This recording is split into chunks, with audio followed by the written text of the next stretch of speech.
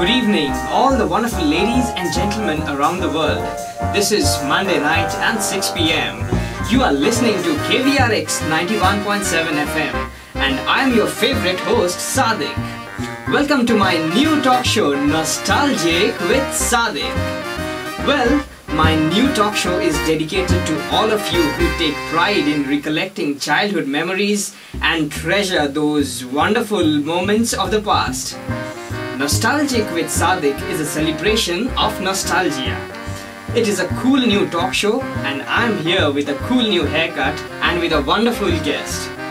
Since Nostalgic with Sadiq is a celebration of nostalgia, we would pay tribute to those golden days of our childhood by going back to the life of our guest and revisiting them. Our special guest today is a gentleman who has been teaching for the last 40 years. He was born in the Netherlands, he lived in France, India, Iran and has traveled all around the world. He studied French, mathematics, linguistics and Hindi. And he taught social linguistics, Hindi and Urdu. This is his 40th year in the University of Texas. Ladies and gentlemen, my guest of honor tonight is a professor, a very dear friend, philosopher and guide for me. He is none other than Mr. Herman van Olphen, and those who really love him call him Hermanji. Hermanji, it's my rare privilege to have you as my guest of honor tonight in my show. This is a little token of welcome, so please accept it. Thank you very much. Okay. Hermanji, you have been teaching for 40 years and you've been there all around the world. How does it feel like? It feels great. It's nice to get through 40 years, but I hope there'll be 40 more. Oh yeah, we all hope that you can go for 40 years and like serve this country in a wonderful way. Hermanji, I'm really very excited to know about your childhood. You were born in Amsterdam, that is Netherlands, and you lived there for 11 years. I mean, how were those 11 years of your life? I'm really excited to know about that. Well, they were quite varied, of course. During the first 5 years, I was born in 1940, about 40 days before Holland was attacked by the German army, and then for 5 years we lived under German occupation. Of course, a child of that age, I was 5 years when we were liberated by the Canadians, actually. Okay. And I remember, besides the liberation I remember very well, but the daily problems of life in under occupation, a rather severe, very harsh occupation. And in fact, the last year of the war, 1944-45, is called the Winter of Hunger in Holland, when many Dutch people starved. And as I walked back and forth from school, it was quite common to see dead bodies on the street, people who had starved to death. So, although I remember very little of that because of my age at the time, still it was quite a time of turmoil. So Hermanji, I think that was a very painful experience for you, Hermanji. Not at that age, no, it was not a painful experience. I don't have the experience of my parents or people of that age, people who were teenagers at the time. They remember the war very clearly, and in fact they say that whenever people get together of that age, let's say people who are now in their 80s, yeah, they start talking about the war after a while. Yeah. Whereas for us it wasn't a big factor. I was just too small when the war ended. But Hermanji, did it have any impact on your life while you were growing up, looking at these dead bodies and seeing it day in and day out? Did it have any impact? No, I just have certain brief ideas about it. I don't remember being afraid or even being hungry at the time, but I do remember in, I think it was April 1945, when the first planes came over and sent us, and food package from Sweden came. I remember we all got a slice of white bread and a patty of margarine. I still remember that dinner. There was no electricity, there was no heating, but I do remember that first meal, first really white bread that I'd ever seen in my life. Okay. So like from being hungry to coming to Houston, how was it like? You well, that was another 6, 7 years later. So I as I say, I do remember the liberation. The Canadians came through in their tanks, and we even hitched a ride. My father and I hitched a ride on the tank. Of course, the unfortunate thing we had is we had to walk back. Yes. Then I went to elementary school, the Montessori School of Amsterdam, which was still rather. It was a private school. In fact, I already started at age 3. But when I was about 4, the British tried to bomb the Gestapo headquarters in Amsterdam, and our school happened to be right next to it. Yes. So our school was also bombed. Luckily it was a Sunday, so nobody got hurt. But I started and I went through the Montessori school for pretty much the whole elementary school period, and so that was a very distinct part of my life, because it was very different from my later life in Houston. So, but I mean, it was very distinct. At the same time, I think it was very disturbed. Well, it wasn't disturbed after. No, I think although it was at that time, the Netherlands was a very poor country because of all the war damage and the fact that it had to recover from the war. But for a child, it was an ideal time, really. There were no cars to speak of, so we walked and cycled everywhere, okay. And it was just a very I have very good memories of that time. Okay, so with very good memories of Netherlands, of Tulip, and then coming to Texas, Houston. So you came to Houston at the age of 11, I presume? Yes, right. Pretty much at the end of elementary school. Okay. So how was this transformation from Netherlands to USA? Well, I guess the most difficult part was not knowing a word of English, and then in those days in Holland in 4th grade you started French lessons, but no English lessons. So I had to completely learn English on my own, and I had no lessons as such either in Holland or in the US. And I just sat in class and listened to everyone, and gradually, in a period of months, I began to sort of learn English. But I think that was the greatest transition. Also, American life was very different from the life I was used to at that time. There was much more kids, had a lot more freedom. I understand that, sir. And I also want to know that, like, so you were a very fast learner because you picked up English very fast. Well, I was an 11-year-old. For 11-year-olds, picking up languages is not hard. Exactly. It's we at the age of 23 we take a lot of time. That's more difficult. That's right. More difficult. Yes. Okay. So, but sir, I just wanted to know that how difficult was life in Houston as compared to life in Amsterdam? Oh, I suppose it was easier in many ways. We had a car for the first time, and going to school, but it was, I enjoyed walking to school in Amsterdam. In Houston, that really wasn't possible. You kind of had to go by car, and you lost a lot of your freedom. In Holland, in Amsterdam, I could go anywhere, although I wasn't supposed to. In fact, I remember a friend of my father saw me downtown with a friend, and we weren't supposed to go there by ourselves when I was 9 years old. In Houston, that wasn't even possible because you couldn't get anywhere without a car. So it was a very different life. Okay. So, I mean, coming to know so much about your childhood, something that I'm really interested to know is that, so tell us something about your family, your parents. Well, as I say, we had a father and a mother, and I had 4 siblings, 3 sisters and 1 brother, all of them younger than I was. And I guess when I was 7 years old, we moved into a rather large house. In fact, it had 2 stories in addition to the ground floor, so it was a 3-story house actually. And my father went to work on his bicycle every day, and my mother also went to work. My father was a chemist with Shell Oil, which is a Dutch company. My mother was a pharmacist. So, how was it like growing up with your siblings? Did you have cousins also who stayed with you? No. My father, neither of my. No, I had no. I had 1 cousin, but I wasn't close to him at all because the families weren't close. So, I really only met him when I was 14. Okay. So how was it growing up with siblings? Like, was that really fun growing up with siblings? 4 siblings? Yes, I suppose. Of course, my closest siblings were girls. My oldest sister, and then I had a sister next to that, and my brother was 6 years younger than I was. So, there wasn't a terrible amount of companion. I was usually out with my friends, not with my siblings. But another important question. Was there any sibling rivalry? Sibling rivalry. I don't know, like my brother was 6 years younger, it was hard to have much rivalry with him, and my sisters, they, you know, they just had a different life, different priorities, so I don't think there really was. I wouldn't call it sibling rivalry, you know, can't really recall that.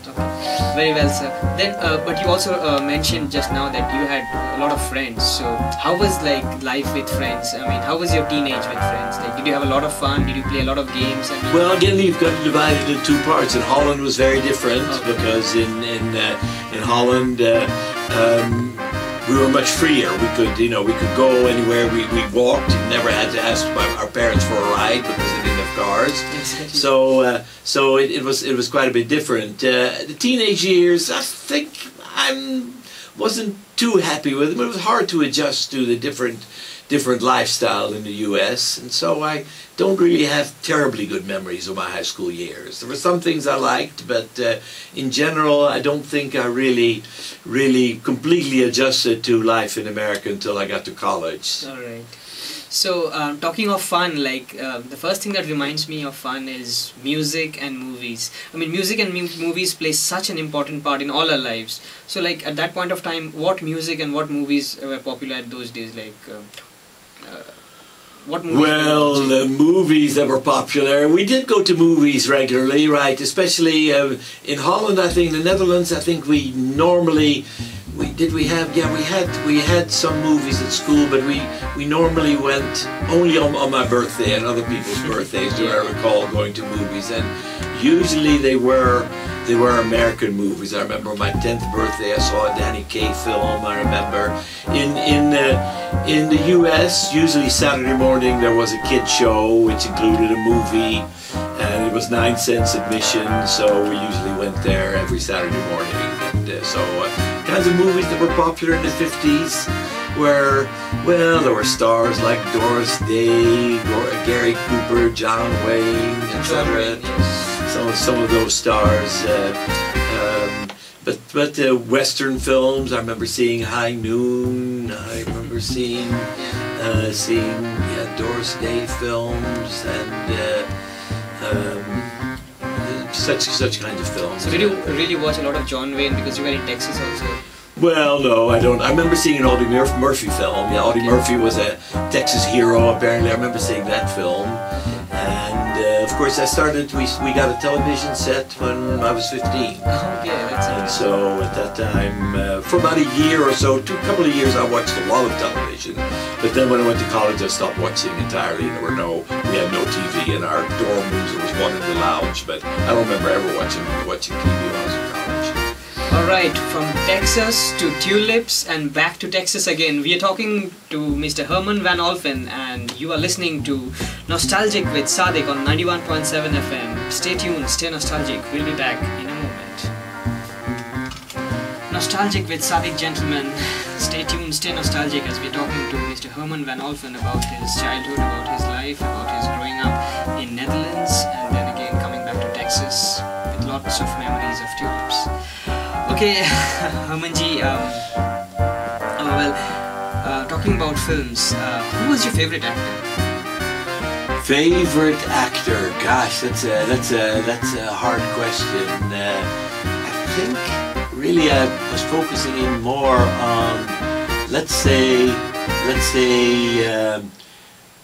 Wild Bill Williams, who nobody knows now, but that's about the only thing. No, I think Alec Guinness, as I recall, but that's a little bit later.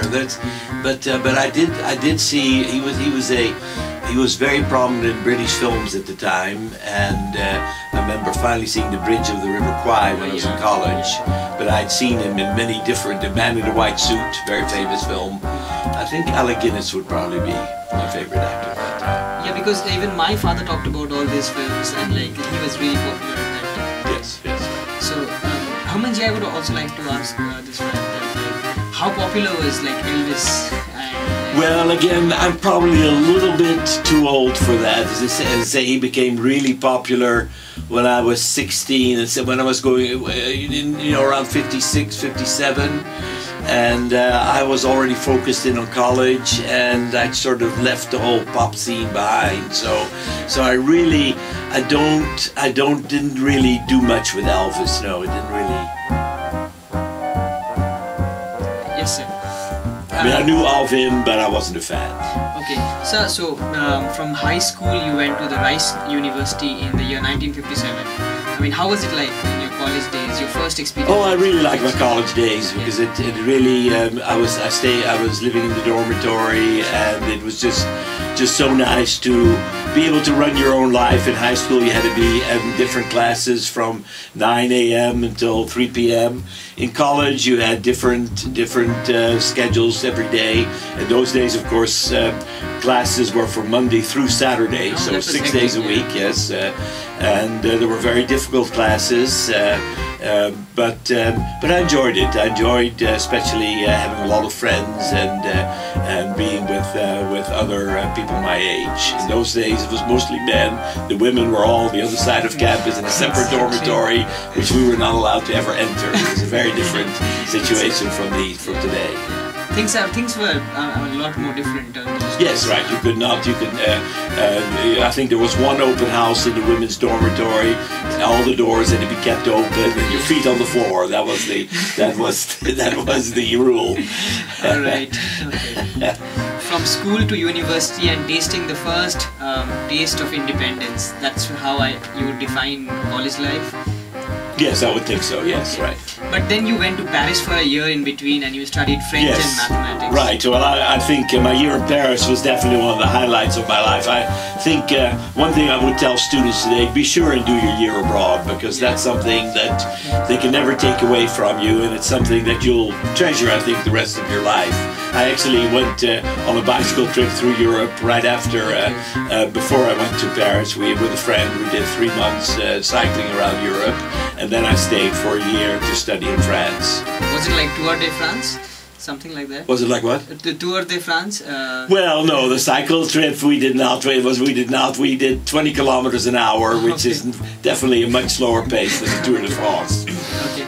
So you said something very interesting and important. Like you said, you advised all the students of our generation to go abroad and study. And I know how valuable that is, because I come from India and this is my first year abroad.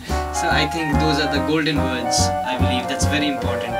So, but it's also important to know that like you had already studied studied French in your childhood, and then again going back to. Well, not in childhood. I studied at college and also in high school. So I entered a special course for teachers of French. So it was quite an advanced course and very well taught. And the nice thing was that there were students from all over the world there, mostly from Europe, but Germans, Dutch, Italians, Spaniards. So we really British also. So we really met people from all over the world, and that's something that I miss, because in those days there were very few foreign students in the United States. Exactly. So you already had the French connection, and then again coming back to French. And one thing I would really like to ask you is that, sir, how many languages do you know, sir? Well, as far as, of course, it sort of depends on how I know them. French, German, and Spanish, I studied all 3 languages while I was in college. And although I don't get a lot of practice speaking them, there's not very much opportunity to speak them, I can use them as a tourist. I can watch movies, programs in those languages, and also and read in those languages. The languages that I really know well are, of course, Dutch and Hindi, Urdu. Other languages that I've studied are Russian and Persian, but again, I have right now I think I have forgotten most of what I learned in those languages. Okay, so Dutch, Spanish, French, and so many other languages. And the question that I was coming to was exactly this: Hindi and Urdu, sir. You came to the University of Texas in the year 1963 and you studied linguistics and you specialized in Hindi. So, I mean, how did Hindi happen to you? Well, it was purely an accident, even though it had an effect on me for for 45 years, 63 and 2008, that's 45 years. Yeah. It was one of the requirements of the linguistics program at that point was that you had to study a language which was not European. Okay. And I just checked the course schedule for the summer of 63 and I saw this language Hindi listed. So I thought, okay, I'll take that, why not? And that's how it all started. And it was a life-changing experience because you... Not at that time. Then actually I went to Spain for a while after that and studied Spanish and came back and took up Hindi again. But then when it was time for me to do my dissertation, I thought, well, this would be a good subject for a dissertation. Okay. So you've been teaching in the University of Texas from 1968, 40 full years. I mean, almost half a century. I mean, how do you feel like, sir? And how have things changed over the years? Do you see any differences? Well, of course, the students are different now, certainly from the ones I had in the first decade I taught, from 1968 to the late 70s. Students were very different. Of course, in the first few years, they were very politically active, and in fact classes had to be cancelled many times because the students were out protesting, and it was just a very politicized atmosphere at that point. After that, gradually things settled down, and in the 80s and 90s, students became somewhat different and more, I would think, more focused in on their studies. Exactly. Whereas in those first few years, study was sort of, political activism was more important. So you have been here in Austin and you have been to so many places around the world, and you have seen several teachers and students come and go. So how does it feel like when you see young people like me coming and teaching? I mean, do you see any difference between the young you and the young people like me coming and teaching all around the world? I mean, there are people who think that this new generation is very arrogant and they are not respectful to the elders. What do you think, sir? Well, I don't really look at generations, I look at individuals, and I think individuals have not really changed that much. I think people are a little bit more aware. They've had more contact with, in the 60s, people had very little contact with people from other countries and other societies. Now I think, since most high schools are so diverse now, and there's so much contact with other countries through the internet, through TV, etc., that I think students are a bit better aware of the world than perhaps 40 years ago. Although, again, you've got to look at individuals, and I really hate to make these overall statements. Exactly, sir. So, and now the most important question that I wanted to ask you is that, so you've been to India, you've taught Hindi, you've taught Urdu, and tell us something about this aspect of your life, going to India, teaching Hindi. Well, I went to India for approximately 1.5 years. I was with my family, of course, at that point. My 1.5 years in India was an extremely, of course, in this case, I was focused on language, which meant, of course, that I had to interact with people all the time, because otherwise you don't learn the language. So that was an important part of it. In actual fact, it was a fascinating time because people in India thought differently. Of course, India was quite poor at that point. It's improved a lot since then. But it was just a very, very worthwhile thing. One thing about living in India at that time was that you were completely isolated from other parts of the world, because telephone service was almost non-existent. The only contact with people back home was by letters. So that was a big. There was no TV in India. The only radio was the Akashvani, which is the government-run radio, and which is not as good as KVRX. No. And although Radio Ceylon tried to match KVRX standards, I think, and most people in India listened to Radio Ceylon in those days. So many people don't really know that Mr. Herman teaches Hindi in the Hindi Urdu Flagship program in the University of Texas, and he has a huge connection with India. He keeps going to India and he really loves going to India. And Hermanji, it has been very exciting talking to you. But to make things all the more exciting for our listeners, we have a very interesting section in our show. It's called The Fast Track on the Memory Lane. Hermanji, in this section, I would ask you some really quick questions about your childhood, and you have to answer them really very quickly. Okay? So fast track on the memory lane. So are we ready, Hermanji? Yes, I'm ready. Okay, here we go. Who was your best childhood friend? Oh, his name was Roald. I just met him about a couple of years ago. So for the first time in 50 years. Okay, is he doing fine now? He's doing great, yes. He's retired. Alright. As all my friends are. Okay, so that means he's really good. Yeah. Yes. Okay, your biggest fear as a child was? Probably the dark. Yeah, I don't know why, but I was afraid of the dark. The fear of the dark? Yeah, I don't know why. That's a popular number. Fear of the dark. Okay. Your favorite food as a child was? Nasi goreng, which is a Indonesian dish. Of course, Holland has had very strong connections with Indonesia. Nasi goreng actually means fried rice. Okay. But my mother used to make that at least once a week. Her family, she was from a military family with lots of Indonesian connections. So do you miss eating that? Yeah, but I eat it whenever I'm in Holland. Okay, yeah. And you can get it here in Oslo also. Okay, who was your childhood idol? Childhood idol, I really can't remember childhood idols. I just wasn't that focused in on the outside world. The earliest idol I can remember was probably John Kennedy, but I was 20 at the time he ran for president. Okay. Well, Hermanji, now this question is like the naughtiest thing that you ever done, Hermanji. Let's see. Now I think, yeah, when I was about 10 years old, I think I got the wrong friend, and he thought it would be nice for us to collect the little caps that are on the tire valves. Okay. So we used to go from one car to the other, weren't very many cars, and unscrew the tire valves. Oh, God. Of course, then a policeman caught us, and one afternoon I had to go to the police station. We were lectured, a whole group of kids. But then I remember after about an hour, they said, now we're going to have another hour with the most serious criminals among you. And at that point, I was allowed to go, so I felt that I wasn't really that serious a criminal. Okay. So Hermanji, what was your favorite color? Blue, probably. Yeah. Okay. And what was your favorite cartoon? Cartoon Crusader Rabbit, which was on Houston television in 1952. And what was your favorite sports? Sports, well, that changed. When I was in Holland, we watched and we played what in Holland we called football, which of course is called soccer here.